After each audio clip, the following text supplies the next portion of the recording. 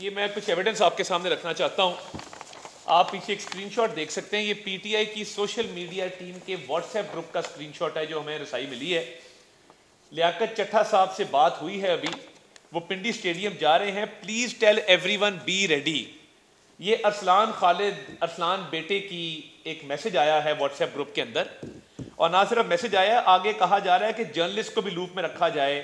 حامد, عمران, صدیق, کے 3 نام انہوں نے لکھے ہیں, اور ساتھ کہہ رہے ہیں کہ موعد بھائی, صابر, شاکر اور وجاہت خان کو بھی آن بورڈ کر لیں.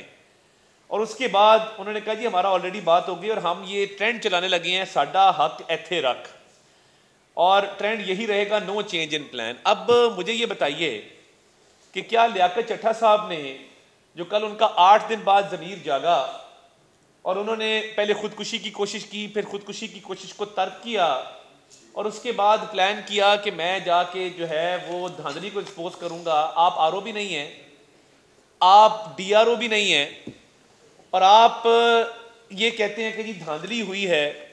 دیکھیں, لیگلی سپیکنگ آپ کے پاس 2 طرح کے ثبوت ہوتے ہیں, یا دستاویزی ثبوت ہوتا ہے, ڈاکیومنٹری ایویڈنس, یا آپ کے پاس ویڈیو ثبوت ہوتا ہے جس کی بنیاد پہ آپ کہتے ہیں کہ جی یہ فلاں دھاندلی ہوئی ہے.